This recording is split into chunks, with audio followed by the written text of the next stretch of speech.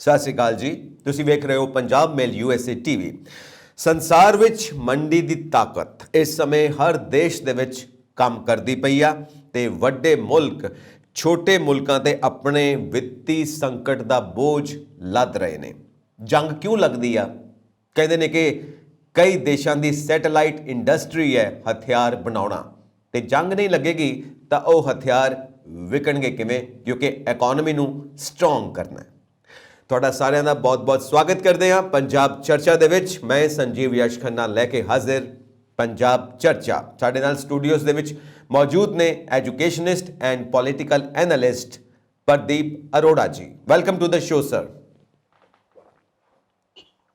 Pradeep sir, ਨੈਤਿਕਤਾ ਇਹ ਕਹਿੰਦੀ ਹੈ ਕਿ ਰੂਸ ਜੋ ਕਾਰਵਾਈ ਕਰ ਰਿਹਾ ਹੈ ਉਹ ਕਿਸੇ ਵੀ ਲਿਹਾਜ਼ ਨਾਲ ਸਹੀ ਨਹੀਂ, ਕਿਉਂਕਿ ਯੂਕਰੇਨ ਇੱਕ ਛੋਟਾ ਮੁਲਕ ਹੈ ਤੇ ਰਸ਼ੀਆ ਇੱਕ ਵੱਡਾ ਮੁਲਕ ਹੈ, ਤੇ ਜਿੰਨੀ ਜ਼ਿਆਦਾ ਤਾਕਤ ਤੁਹਾਡੇ ਕੋਲ ਹੋਵੇ ਓਨੀ ਵੱਡੀ ਤੁਹਾਡੀ ਜ਼ਿੰਮੇਵਾਰੀ ਹੁੰਦੀ ਆ। ਪਰ ਰਸ਼ੀਆ ਕਹਿੰਦਾ ਕਿ ਨਾਟੋ ਕੰਟਰੀਜ਼ ਆਪਣਾ ਪ੍ਰਭਾਵ ਵਧਾ ਰਹੇ ਨੇ ਤੇ ਮੇਰੇ ਬੂਹੇ ਤੇ ਆ ਕੇ ਬਹਿ ਗਏ ਨੇ, ਇਸ ਕਰਕੇ ਮੈਨੂੰ ਆਪਣੀ ਸੁਰੱਖਿਆ ਲਈ ਇਹ ਕਦਮ ਚੁੱਕਣਾ ਪੈ ਰਿਹਾ ਹੈ। ਇਹ ਮੈਂ ਸ਼ਾਂਤੀ ਸਥਾਪਿਤ ਕਰਨ ਲਈ ਇੱਕ ਕਦਮ ਚੁੱਕ ਰਿਹਾ, ਪਰ ਇਹ ਸ਼ਾਂਤੀ ਕਿੰਨੀ ਕੁ ਸਥਾਪਿਤ ਹੋ ਰਹੀ ਹੈ ਇਹ ਅਸੀਂ ਸਾਰੇ ਜਾਣਦੇ ਹਾਂ, ਔਰ ਇਸ ਦਾ ਅਸਰ ਇਨਸਾਨਾਂ ਦੀ ਜ਼ਿੰਦਗੀ ਤੇ ਪੈ ਰਿਹਾ ਹੈ ਤੇ ਸਾਰੀਆਂ ਇਕਨੋਮੀਜ਼ ਦੇ ਉੱਤੇ ਪੈ ਰਿਹਾ ਹੈ, ਕਿਉਂਕਿ ਪੂਰੀ ਦੁਨੀਆ ਦਾ ਅਰਥਚਾਰਾ ਆਪਸ ਦੇ ਵਿੱਚ ਜੁੜਿਆ ਹੋਇਆ ਹੈ। ਇਸ ਵਕਤ ਇਕਨੋਮਿਕ ਸਥਿਤੀ ਕੀ ਕਹਿ ਰਹੀ ਹੈ ਇਹ ਤੁਸੀਂ ਸਾਨੂੰ ਦੱਸੋਗੇ, ਕਿਉਂਕਿ ਯੂਕਰੇਨ ਦੇ ਅੰਦਰ ਤਾਂ ਮਹਿੰਗਾਈ ਬਹੁਤ ਜ਼ਿਆਦਾ ਵੱਧ ਗਈ ਹੈ, ਰੋਜ਼ਮर्रा ਦੀਆਂ ਚੀਜ਼ਾਂ ਬਹੁਤ ਮਹਿੰਗੀਆਂ ਹੋ ਗਈਆਂ ਨੇ, ਖਾਣੇ ਦੀ ਕਿੱਲਤ ਪੈਦਾ ਹੋ ਚੁੱਕੀ ਹੈ, ਉੱਥੇ ਹਾਲਾਤ ਬਹੁਤ ਜ਼ਿਆਦਾ ਗੰਭੀਰ ਪੈਦਾ ਹੋ ਚੁੱਕੇ ਨੇ, ਤੇ ਸੰਸਾਰ ਦੇ ਹਾਲਾਤ ਕਿੰਨੇ ਕੁ ਗੰਭੀਰ ਨੇ ਇਕਨੋਮੀ ਨੂੰ ਦੇਖਦੇ ਹੋਏ ਇਹ ਤੁਸੀਂ ਸਾਨੂੰ ਦੱਸੋਗੇ ਜੀ। ਸੈਕਿੰਡ ਵਰਲਡ ਵਾਰ ਤੋਂ ਬਾਅਦ ਬੜਾ ਹੀ ਵਰਸਟ ਔਰ ਕੰਪਲੈਕਸ ਸਿਨੈਰੀਓ ਹੈ ਯੂਰਪ ਲਈ ਔਰ ਪੂਰੇ ਹਿਊਮਨਸ ਲਈ ਜੀ। ਤਾਂ ਸਾਡਾ ਦਿਲ ਜਿਹੜਾ ਹੈ ਉਹ ਯੂਕਰੇਨ ਦੇ ਲੋਕਾਂ ਲਈ ਬੜਾ ਹੀ ਬੇਚੈਨ ਹੈ, ਕਿਉਂਕਿ ਇਹ ਉਹਨਾਂ ਲਈ ਬੜਾ ਹੀ ਡਰਾਵਨਾ ਮੰਜ਼ਰ ਹੈ ਜਿਸ ਦੀ ਭਰਪਾਈ ਨਹੀਂ ਹੋ ਸਕਦੀ ਹੈ, ਔਰ ਉਹ ਇੱਕ ਬਹੁਤ ਹੀ ਬੁਰੀ ਸਿਚੁਏਸ਼ਨ ਤੋਂ ਗੁਜ਼ਰ ਰਹੇ ਹੈ। ਔਰ ਅਸੀਂ ਇਹਦੇ ਇਕਨੋਮਿਕ ਇਫੈਕਟਸ ਦੀ ਗੱਲ ਕਰੀਏ ਤਾਂ ਇਨੀਸ਼ੀਅਲੀ ਸ਼ੁਰੂਆਤ ਦੇ ਵਿੱਚ USA, ਕੈਨੇਡਾ ਔਰ ਨੈਟੋ ਅਲਾਈਜ਼ ਨੇ ਮਿਲ ਕੇ ਰਸ਼ੀਅਨ ਸੈਂਟਰਲ ਬੈਂਕ ਦੇ ਉੱਤੇ ਬੈਨ ਲਗਾ ਦਿੱਤਾ ਸੀ ਸਵਿਫਟ ਟ੍ਰਾਂਜੈਕਸ਼ਨਸ ਤੇ ਜੀ। ਹੁਣ ਸਵਿਫਟ ਟ੍ਰਾਂਜੈਕਸ਼ਨਸ ਇੱਕ ਮੈਸੇਜਿੰਗ ਸਰਵਿਸ ਹੈ ਜਿਹੜੀ ਕਿ ਆਨਲਾਈਨ ਟ੍ਰਾਂਜੈਕਸ਼ਨਸ ਲਈ ਯੂਜ਼ ਹੁੰਦੀ ਹੈ ਜੀ। ਸੋ ਟ੍ਰਾਂਜੈਕਸ਼ਨਸ ਤੇ ਸੈਂਟਰਲ ਬੈਂਕ ਦੇ ਬੈਨ ਲੱਗਣ ਨਾਲ ਕੀ ਹੋਏਗਾ ਕਿ ਰਸ਼ੀਆ ਦੇ ਜਿਹੜੇ ਫੋਰਨ ਰਿਜ਼ਰਵਸ ਨੇ ਲਗਭਗ 600 to 650 ਬਿਲੀਅਨ ਡਾਲਰ ਦੇ ਫੋਰਨ ਰਿਜ਼ਰਵਸ ਨੇ, ਜਿਹਦੇ ਤੋਂ 20 to 23% ਦੇ ਕਰੀਬ ਗੋਲਡ ਰਿਜ਼ਰਵਸ ਨੇ ਜੀ। ਇਹਨਾਂ ਫੋਰਨ ਰਿਜ਼ਰਵਸ ਦੇ ਵਿੱਚ ਕਾਫੀ ਸਾਰਾ ਜਿਹੜਾ ਪੈਸਾ ਹੈ ਰਸ਼ੀਆ ਦਾ ਫੋਰਨ ਐਕਸਚੇਂਜ ਹੈ ਉਹ ਵੈਸਟਰਨ ਬੈਂਕਸ ਦੇ ਵਿੱਚ ਪਿਆ ਹੈ, ਜਿਹਦੇ ਚ ਚਾਈਨਾ, ਜਾਪਾਨ, US ਔਰ ਲੰਡਨ ਔਰ ਬਹੁਤ ਸਾਰੇ ਯੂਰੋਪੀਅਨ ਕੰਟਰੀਜ਼ ਨੇ। ਔਰ ਲਗਭਗ ਇਹ ਜਿਹੜਾ ਫੋਰਨ ਐਕਸਚੇਂਜ ਹੈ 400 to 450 ਬਿਲੀਅਨ ਡਾਲਰਸ ਦੇ ਕਰੀਬ ਜਿਹੜਾ ਹੈ ਇਹਨਾਂ ਬੈਂਕਸ 'ਚ ਪਿਆ ਹੈ। ਉਹ ਬੈਨ ਲੱਗਣ ਨਾਲ ਕੀ ਹੋਇਆ ਹੈ, ਉਹ ਫਰੋਜ਼ਨ ਹੋ ਗਿਆ ਹੈ ਰਸ਼ੀਆ ਦਾ। ਔਰ ਰਸ਼ੀਆ ਦੇ ਕੋਲ ਲਗਭਗ 200 to 250 ਬਿਲੀਅਨ ਡਾਲਰ ਰਿਜ਼ਰਵਸ ਜਿਹੜੇ ਉਹ ਬਚੇ ਹੈ, ਜਿਨ੍ਹਾਂ ਨੂੰ ਉਹ ਯੂਜ਼ ਕਰ ਰਿਹਾ ਹੈ। ਜਦੋਂ ਅਸੀਂ ਲੜਾਈ ਦੀ ਗੱਲ ਕਰਦੇ ਹਾਂ ਤਾਂ ਡੇਲੀ ਜਿਹੜੀ ਹੈ ਲੜਾਈ 15 to 20 ਬਿਲੀਅਨ ਡਾਲਰਸ ਰਸ਼ੀਆ ਨੂੰ ਕਾਸਟ ਕਰ ਰਹੀ ਹੈ। ਸੋ ਜਿਸ ਦੇ ਨਾਲ ਕੀ ਆ ਰਿਹਾ ਹੈ, ਰਸ਼ੀਆ ਦੇ ਉੱਤੇ ਕਾਫੀ ਜ਼ਿਆਦਾ ਜਿਹੜਾ ਹੈ ਇਕਨੋਮਿਕ ਪ੍ਰੈਸ਼ਰ ਆ ਰਿਹਾ ਹੈ, ਔਰ ਰਸ਼ੀਆ ਦੇ ਵਿੱਚ ਇੰਡਸਟਰੀਜ਼ ਕਲੋਜ਼ ਹੋ ਰਹੀਆਂ ਹੈ, ਔਰ ਬਿਜ਼ਨਸਮੈਨ ਜਿਹੜੇ ਹੈ ਉਹ ਇਫੈਕਟ ਹੋ ਰਿਹਾ ਰਸ਼ੀਆ ਦੇ ਵਿੱਚ, ਔਰ ਇੱਕ ਪੈਨਿਕ ਜਿਹੜਾ ਹੈ ਉਹ ਕ੍ਰੀਏਟ ਹੋ ਗਿਆ ਹੈ। ਇੰਡਸਟਰੀ ਸ਼ਟਡਾਊਨ ਕੱਲੀ ਰਸ਼ੀਆ 'ਚ ਨਹੀਂ ਹੋਈ, ਯੂਕਰੇਨ ਦੇ ਵਿੱਚ ਵੀ ਹੋਈ ਹੈ। ਔਰ ਰਸ਼ੀਆ ਔਰ ਯੂਕਰੇਨ ਦੀ ਆਲਰੇਡੀ ਜਿਹੜੀ ਕ੍ਰੈਡਿਟ ਰੇਟਿੰਗ ਹੈ ਉਹ ਫਿੰਚ ਔਰ ਮੂਡੀਜ਼ ਨੇ ਆਲਰੇਡੀ ਉਸ ਨੂੰ ਡਾਊਨਗ੍ਰੇਡ ਕਰ ਦਿੱਤਾ ਹੈ, ਔਰ ਜਿਸ ਦੇ ਨਾਲ ਰਸ਼ੀਆ ਹੀ ਨਹੀਂ ਯੂਕਰੇਨ ਨੂੰ ਇਸ ਲੜਾਈ ਦਾ ਬਹੁਤ ਜਿਹੜਾ ਹੈ ਹੈਵੀ ਪ੍ਰਾਈਸ ਪੇ ਕਰਨਾ ਪੈ ਰਿਹਾ ਹੈ। ਔਰ ਇਸ ਦੇ ਵਿੱਚ ਇਹ ਵੀ ਇੱਕ ਗੌਰ ਕਰਨ ਵਾਲੀ ਚੀਜ਼ ਹੈ ਕਿ ਰਸ਼ੀਆ ਔਰ ਯੂਕਰੇਨ ਜਿਹੜੇ ਹੈ ਉਹਨਾਂ ਦੇ ਕੋਲ ਵਰਲਡ ਦੇ ਕਾਫੀ ਲਾਰਜੈਸਟ ਆਇਲ ਔਰ ਨੈਚੁਰਲ ਗੈਸ ਦੇ ਰਿਜ਼ਰਵਸ ਨੇ ਜੀ। ਔਰ ਜਰਮਨੀ ਕਾਫੀ ਹੱਦ ਤੱਕ ਆਪਣੀ એનર્ਜੀ ਨੀਡਸ ਵਾਸਤੇ ਰਸ਼ੀਆ ਤੇ ਡਿਪੈਂਡ ਕਰਦਾ ਹੈ, ਔਰ ਯੂਰਪ ਕਾਫੀ ਹੱਦ ਤੱਕ ਜਿਹੜਾ ਹੈ ਰਸ਼ੀਆ ਤੇ ਡਿਪੈਂਡ ਕਰਦਾ ਹੈ। ਔਰ ਜਦੋਂ ਜਾਪਾਨ 'ਚ ਨਿਊਕਲੀਅਰ ਇਨਸੀਡੈਂਟ ਹੋਇਆ ਸੀ ਤਾਂ ਜਰਮਨੀ ਨੇ ਕਾਫੀ ਹੱਦ ਤੱਕ ਆਪਣੀ ਨਿਊਕਲੀਅਰ ਪਲਾਂਟਸ ਤੇ ਜਿਹੜੀ ਹੈ ਡਿਪੈਂਡੈਂਸੀ ਖਤਮ ਕਰ ਦਿੱਤੀ ਸੀ, ਔਰ 2022 ਤੱਕ ਉਹ ਆਲਮੋਸਟ ਇਸ ਨੂੰ ਖਤਮ ਕਰਨਾ ਚਾਹੁੰਦੇ ਸੀ। ਔਰ ਉਹਨਾਂ ਦੀ ਜਿਹੜੀ એનર્ਜੀ ਨੀਡਸ ਹੈ ਉਹ ਆਇਲ ਦੇ ਉੱਤੇ ਡਿਪੈਂਡ ਕਰ ਰਹੀ ਹੈ, ਗੈਸ ਦੇ ਉੱਤੇ ਡਿਪੈਂਡ ਕਰ ਰਹੀ ਹੈ। ਔਰ ਇਸੇ ਤਰ੍ਹਾਂ ਯੂਰਪ ਜਿਹੜਾ ਹੈ ਉਹ ਰੀਨਿਊਏਬਲ ਸੋਰਸਸ ਵੱਲ ਦੇਖ ਰਿਹਾ ਹੈ એનર્ਜੀ ਨੀਡਸ ਵਾਸਤੇ, ਬਟ ਉਹ ਹਲੇ ਉਸ ਨੂੰ ਕੰਪਲੀਟ ਨਹੀਂ ਕਰ ਪਾਇਆ। ਸੋ ਕੋਲਸ ਤੇ ਉਸਨੇ ਡਿਪੈਂਡੈਂਸੀ ਖਤਮ ਕੀਤੀ। So on the whole Europe ਔਰ ਜਿਹੜਾ ਹੈ ਜਰਮਨੀ ਕਾਫੀ ਹੱਦ ਤੱਕ ਜਿਹੜਾ ਹੈ ਆਪਣੀ એનર્ਜੀ ਨੀਡਸ ਤੇ ਡਿਪੈਂਡ ਕਰਦੇ ਆ ਰਸ਼ੀਆ ਔਰ ਯੂਕਰੇਨ ਤੇ। ਹੁਣ ਇਸ ਦੇ ਨਾਲ ਇਲੈਕਟ੍ਰਿਸਿਟੀ ਵੀ ਜੁੜੀ ਹੋਈ ਹੈ। ਜਦੋਂ ਆਇਲ ਔਰ એનર્ਜੀ ਨੀਡਸ ਜਦੋਂ ਬੰਦ ਹੋਣਗੀਆਂ ਤਾਂ ਇਲੈਕਟ੍ਰਿਸਿਟੀ ਵੀ ਜਿਹੜੀ ਹੈ ਉਹ ਸ਼ਾਰਟੇਜ ਆਏਗੀ, ਔਰ ਇਲੈਕਟ੍ਰਿਸਿਟੀ ਦੇ ਨਾਲ ਸਾਡੀ ਇੰਡਸਟਰੀ ਵੀ ਜੁੜੀ ਹੋਈ ਹੈ। ਸੋ ਜਦੋਂ ਇੰਡਸਟਰੀ ਜਿਹੜੀ ਹੈ ਉਹ ਇਫੈਕਟ ਹੋ ਜਾਏਗੀ ਇਲੈਕਟ੍ਰਿਸਿਟੀ ਸ਼ਾਰਟੇਜ ਦੇ ਨਾਲ, ਜੋ ਕਿ ਆਲਰੇਡੀ ਪੈਂਡੇਮਿਕ ਤੋਂ ਬਹੁਤ ਬੁਰੇ ਦੌਰ ਤੋਂ ਗੁਜ਼ਰ ਰਹੀ ਹੈ। ਸੋ ਰਸ਼ੀਆ ਦੇ ਨਾਲ ਔਰ ਯੂਕਰੇਨ ਦੇ ਨਾਲ 에ਅਰ ਸਪੇਸਿਸ ਆਲਰੇਡੀ ਬੰਦ ਹੋ ਚੁੱਕੀ ਹੈ, ਟਰਾਂਸਪੋਰਟ ਮੈਕੈਨਿਜ਼ਮ ਕਲੋਜ਼ ਹੋ ਗਿਆ ਹੈ, ਯੂਕਰੇਨ ਦਾ ਜਿਹੜਾ ਹੈ ਪੋਰਟ ਹੈ ਉਹ ਵੀ ਕਲੋਜ਼ ਹੋ ਗਿਆ ਹੈ, ਔਰ ਜਿਹਦੇ ਨਾਲ ਪੂਰੇ ਵਰਲਡ 'ਚ ਸਪਲਾਈ ਚੇਨ ਮੈਨੇਜਮੈਂਟ ਜਿਹੜੀ ਹੈ ਇਫੈਕਟ ਹੋ ਗਈ ਹੈ। ਔਰ ਕਰੂਡ ਆਇਲ, ਜਿਸ ਤਰ੍ਹਾਂ ਕਿ ਅਸੀਂ ਆਲਰੇਡੀ ਗੱਲ ਕੀਤੀ ਸੀ, ਕਰੂਡ ਆਇਲ $68 ਤੋਂ ਲੈ ਕੇ 120 ਬਿਲੀਅਨ $20 ਪਰ ਬੈਰਲ ਦੇ ਕਰੀਬ ਚਲਾ ਗਿਆ ਹੈ। Right sir. ਔਰ ਪੋਰਟ ਬੰਦ ਹੋਣ ਨਾਲ ਕੀ ਹੋਇਆ ਹੈ, 에ਅਰ ਕਾਰਗੋਸ ਬੰਦ ਹੋ ਗਏ ਹੈ, ਔਰ ਸ਼ਿਪਸ ਜਿਹੜੇ ਨੇ ਜਾਂ ਕਾਰਗੋ ਕੰਪਨੀਆਂ ਨੇ ਜਿਹੜੀਆਂ ਨੇ ਉਹਨਾਂ ਨੂੰ ਲੌਂਗ ਰੂਟ ਤੋਂ ਜਿਹੜਾ ਹੈ ਏਸ਼ੀਆ ਵੱਲ ਔਰ ਯੂਰਪ ਵੱਲ ਜਾਣਾ ਪੈ ਰਿਹਾ ਹੈ, ਜਿਸ ਦੇ ਨਾਲ 2 ਤੋਂ 3 ਦਿਨ ਦੀ ਸਪਲਾਈ ਜਿਹੜੀ ਹੈ ਉਹ ਡਿਲੇ ਹੋ ਗਈ ਹੈ ਔਰ ਡਿਸਰਪਟ ਹੋ ਗਈ ਹੈ, ਔਰ 30 to 40% ਫਰੇਟ ਚਾਰजेस ਜਿਹੜੇ ਉਹ ਇਨਕਰੀਜ਼ ਹੋ ਗਏ ਹੈ। ਸੋ ਜਿਸ ਦੇ ਨਾਲ ਜਿਹੜਾ ਹੈ, ਕਿਉਂਕਿ ਪੋਰਟਸ ਹੈ, ਸ਼ਿਪ ਔਰ 에ਅਰ ਕਾਰਗੋ ਦੇ through agriculture, raw material, chemicals, iron, steel, paper, so automobiles, electronics ਜਿਹੜੇ ਹੈ, ਇਹ ਸਾਰੀ ਸਪਲਾਈ ਜਿਹੜੀ ਹੈ ਪੂਰੇ ਵਰਲਡ ਦੇ ਵਿੱਚ ਜਿਹੜੀ ਹੈ ਇਫੈਕਟ ਹੋਣ ਜਾ ਰਹੀ ਹੈ ਡਿਊ ਟੂ ਦਾ ਕਾਰਗੋ ਡਿਲੇਸ। ਸੋ ਜਿਸ ਨਾਲ ਸ਼ਾਰਟੇਜ ਆਫ ਸੈਮੀਕੰਡਕਟਰਸ ਵੀ ਆਏਗੀ ਪੂਰੇ ਯੂਰਪ ਔਰ ਏਸ਼ੀਆ ਦੇ ਵਿੱਚ। ਸੈਮੀਕੰਡਕਟਰ ਜਿਹੜੀ ਪ੍ਰੋਡਕਸ਼ਨਸ ਹੈ ਉਹ ਕਾਫੀ ਹੱਦ ਤੱਕ ਰਸ਼ੀਆ ਦੇ ਥਰੂ ਆਉਂਦੀ ਹੈ। ਔਰ ਇਸ ਦੇ ਵਿੱਚ ਇੱਕ ਹੋਰ ਪੈਰਾਮੀਟਰ ਹੈ ਸਾਡੇ ਕੋਲ, ਨਾਈਟ੍ਰੋਜਨ, ਬੜਾ ਇੰਪੋਰਟੈਂਟ ਫੈਕਟਰ ਹੈ। ਰਸ਼ੀਆ ਜਿਹੜਾ ਹੈ ਉਹ ਨਾਈਟ੍ਰੋਜਨ ਦੀ ਪ੍ਰੋਡਕਸ਼ਨ ਕਰਦਾ ਹੈ, ਜਿਹੜੀ ਕਿ ਫਰਟੀਲਾਈਜ਼ਰ ਦੇ ਵਿੱਚ, ਅਮੋਨੀਆ ਦੀ ਫਾਰਮ ਦੇ ਵਿੱਚ ਫਰਟੀਲਾਈਜ਼ਰ ਦੇ ਵਿੱਚ ਯੂਜ਼ ਹੁੰਦੀ ਹੈ। ਫਰਟੀਲਾਈਜ਼ਰਸ ਦੇ ਉੱਤੇ ਪੂਰੇ ਵਰਲਡ ਦੀ ਜਿਹੜੀ ਹੈ ਐਗਰੀਕਲਚਰ ਨੀਡਸ ਡਿਪੈਂਡ ਕਰਦੀਆਂ ਨੇ, ਔਰ ਸਾਡਾ ਇੰਡੀਆ ਵੀ ਜਿਹੜਾ ਹੈ ਉਹ ਫਰਟੀਲਾਈਜ਼ਰਸ ਕਾਫੀ ਹੱਦ ਤੱਕ ਆਪਣੀ ਐਗਰੀਕਲਚਰ ਦੇ ਵਿੱਚ ਯੂਜ਼ ਕਰਦਾ ਹੈ। ਚਾਈਨਾ ਨੇ ਆਲਰੇਡੀ ਫਾਸਫੇਟ ਫਰਟੀਲਾਈਜ਼ਰਸ ਨੂੰ ਬੈਨ ਕਰ ਦਿੱਤਾ ਹੈ ਉਹਦਾ ਐਕਸਪੋਰਟ। ਰਸ਼ੀਆ ਨੇ ਨਾਈਟ੍ਰੋਜਨ ਦਾ ਐਕਸਪੋਰਟ ਬੈਨ ਕਰ ਦਿੱਤਾ ਹੈ, ਜਿਸ ਦੇ ਨਾਲ ਫਰਟੀਲਾਈਜ਼ਰਸ ਦੀ ਸਪਲਾਈ ਜਿਹੜੀ ਹੈ ਉਹ ਇਫੈਕਟ ਹੋ ਜਾਏਗੀ। So agriculture industry is going to affect. So ਇਹਦੇ ਨਾਲ ਐਗਰੀਕਲਚਰ ਵੀ ਇਫੈਕਟ ਹੋਣ ਜਾ ਰਹੀ ਹੈ। ਸੋ ਆਪਾਂ ਗੱਲ ਕਰਦੇ ਇਹਦੇ ਵਿੱਚ ਇੰਡਸਟਰੀ ਦੀ ਗੱਲ ਕਰਦੇ ਹਾਂ। ਜਦੋਂ ਇੰਡਸਟਰੀ ਦੇ ਵਿੱਚ ਜਿਹੜਾ ਰਸ਼ੀਆ ਔਰ ਯੂਕਰੇਨ, ਸੋ ਇੰਡਸਟਰੀ ਤੋਂ ਪਹਿਲੇ ਫਿਰ ਮੈਂ ਐਗਰੀਕਲਚਰ ਦੀ ਗੱਲ ਕਰਾਂਗਾ। ਯੂਕਰੇਨ ਔਰ ਰਸ਼ੀਆ ਜਿਹੜੇ ਹੈ ਲਾਰਜੈਸਟ ਪ੍ਰੋਡਿਊਸਰਸ ਨੇ ਵੀਟ ਦੇ। ਸੋ ਕਾਫੀ ਹੱਦ ਤੱਕ ਜਿਹੜਾ ਯੂਰਪ ਹੈ ਉਹ ਵੀਟ ਦੀ ਸਪਲਾਈ ਤੇ ਡਿਪੈਂਡ ਕਰਦਾ ਹੈ ਯੂਕਰੇਨ ਔਰ ਰਸ਼ੀਆ ਤੇ। ਯੂਕਰੇਨ ਪੋਟੈਟੋ ਵੀ ਸਪਲਾਈ ਕਰਦਾ ਹੈ, ਔਰ ਲੈਨਿਨ ਨੇ ਕਿਹਾ ਸੀਗਾ ਕਿ ਜਿਹੜਾ wheat ਹੈ, it is a currency of currencies। So Russia ਸ਼ੁਰੂ ਤੋਂ ਜਿਹੜਾ ਰਸ਼ੀਅਨ ਰੈਵੋਲੂਸ਼ਨ ਤੋਂ ਕੀ ਕਰਦਾ ਆਇਆ ਹੈ, ਸ਼ਾਰਟੇਜ ਆਫ ਜਿਹੜਾ ਹੈ wheat ਕਰਦਾ ਆਇਆ ਹੈ, ਔਰ ਜਦੋਂ ਉਸ ਨੂੰ ਬੈਨ ਕਰ ਦਿੰਦਾ ਐਕਸਪੋਰਟ, ਜਦੋਂ ਵਰਲਡ ਦੇ ਪ੍ਰਾਈਸਸ ਇਨਕਰੀਜ਼ ਹੋ ਜਾਂਦੇ ਤਾਂ ਬੈਨ ਨੂੰ ਖੋਲ ਦਿੰਦਾ ਸੀ। ਸੋ ਰਸ਼ੀਆ, ਸੋ ਇਹਦੇ ਨਾਲ ਕੀ ਹੋਏਗਾ, ਜਿਹੜੀਆਂ ਬਹੁਤ ਸਾਰੀ ਕੰਟਰੀਜ਼ ਲਾਈਕ ਪਾਕਿਸਤਾਨ ਹੈ, ਟਰਕੀ ਹੈ, ਉਹ ਜਿਹੜਾ ਹੈ wheat ਦੇ ਉੱਤੇ ਜਿਹੜਾ ਹੈ ਡਿਪੈਂਡ ਕਰਦੀਆਂ ਹੈ ਰਸ਼ੀਆ ਦੇ ਉੱਤੇ। ਸੋ ਵੀਟ ਦੇ ਨਾਲ ਬਹੁਤ ਸਾਰੀ ਕੰਟਰੀਜ਼ ਦੀ ਜਿਹੜੀ ਗਵਰਨਮੈਂਟ ਵੀ ਟਿਕੀ ਹੋਈ ਹੈ। ਨੈਚੁਰਲੀ ਵੀਟ ਦੇ ਪ੍ਰਾਈਸਸ ਪੂਰੇ ਵਰਲਡ 'ਚ ਜਿਹੜੇ ਇਹਨਾਂ ਕੰਟਰੀਜ਼ ਦੇ ਉੱਤੇ ਇਨਕਰੀਜ਼ ਹੋਣਗੇ, ਜਿਹਦੇ ਨਾਲ ਕੀ ਹੋਏਗਾ, ਇੰਟਰਨਲ ਜਿਹੜੀ ਹੈ ਅਨਸਟੇਬਿਲਿਟੀ ਉਹਨਾਂ ਗਵਰਨਮੈਂਟ ਦੇ ਵਿੱਚ ਆਉਣ ਦੇ ਚਾਂਸਸ ਹੈ।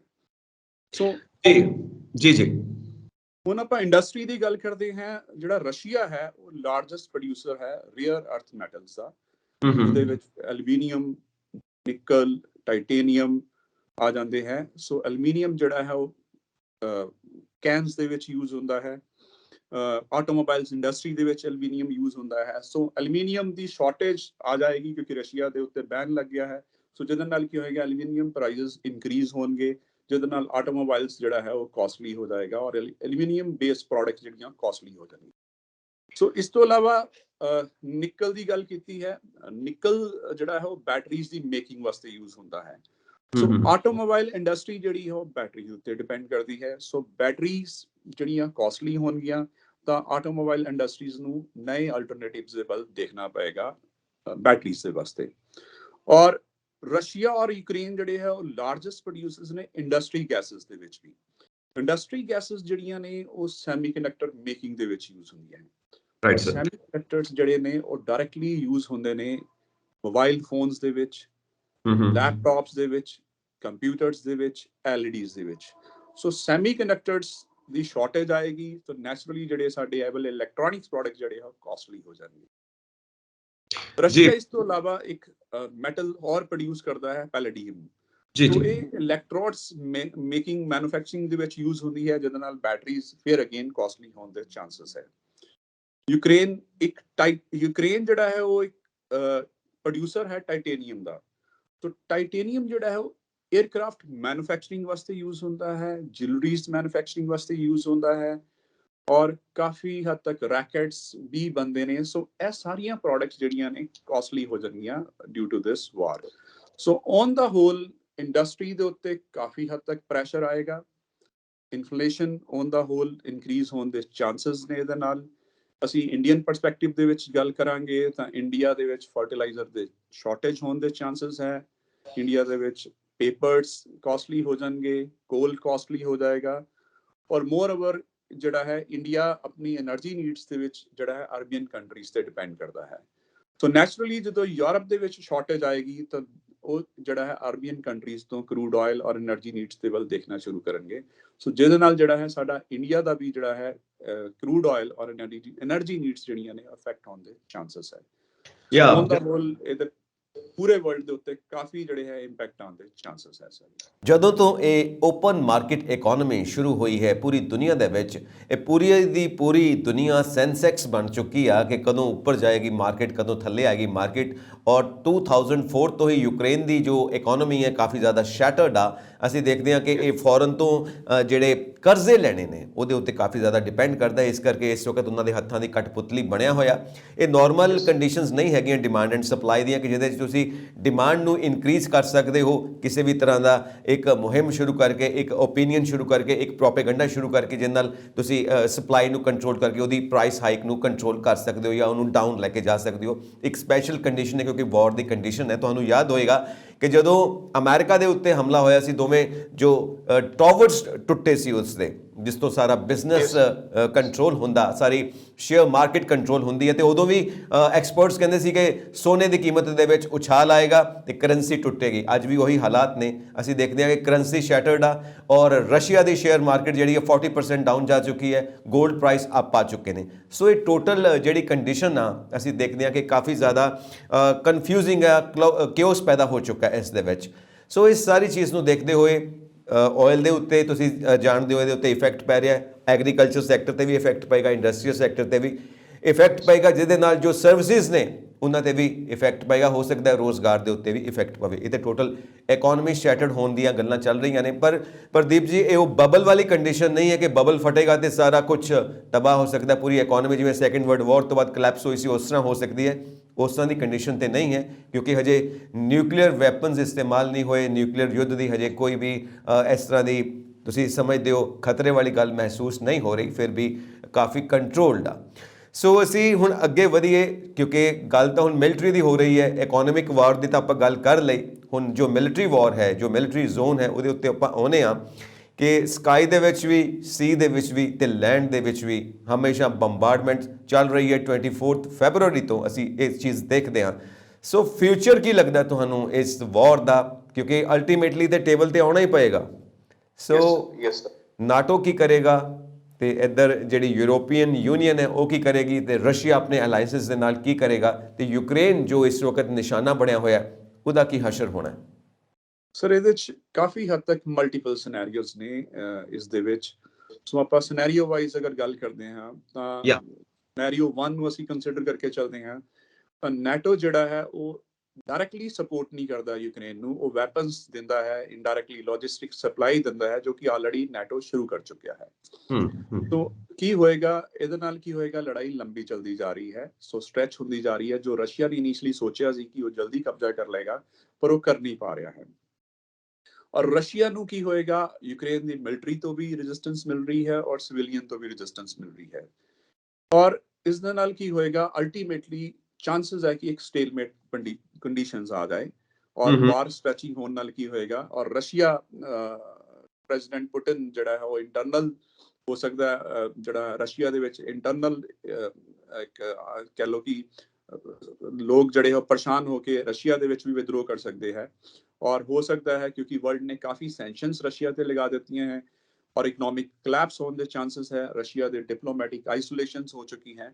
ਤੋ ਚਾਂਸਸ ਸਿਨੈਰੀਓ 1 ਦੇ ਵਿੱਚ ਇਹ ਹੈ ਕਿ ਹੋ ਸਕਦਾ ਹੈ ਸਟ੍ਰੈਚਿੰਗ ਆਫ ਵਾਰ ਦੇ ਵਿੱਚ ਰਸ਼ੀਆ ਆਪਣੇ ਟਰੂਪਸ ਨੂੰ ਵਿਡਰਾ ਕਰੇ ਜਿਹਦੇ ਕਿ ਚਾਂਸਸ ਕਰੰਟ ਸਿਨੈਰੀਓ 'ਚ ਘੱਟ ਨਜ਼ਰ ਆ ਰਿਹਾ ਸਾਡੇ ਕੋਲ, ਕਿਉਂਕਿ ਰਸ਼ੀਆ ਅੱਗੇ ਵੱਧਦਾ ਜਾ ਰਿਹਾ ਹੈ।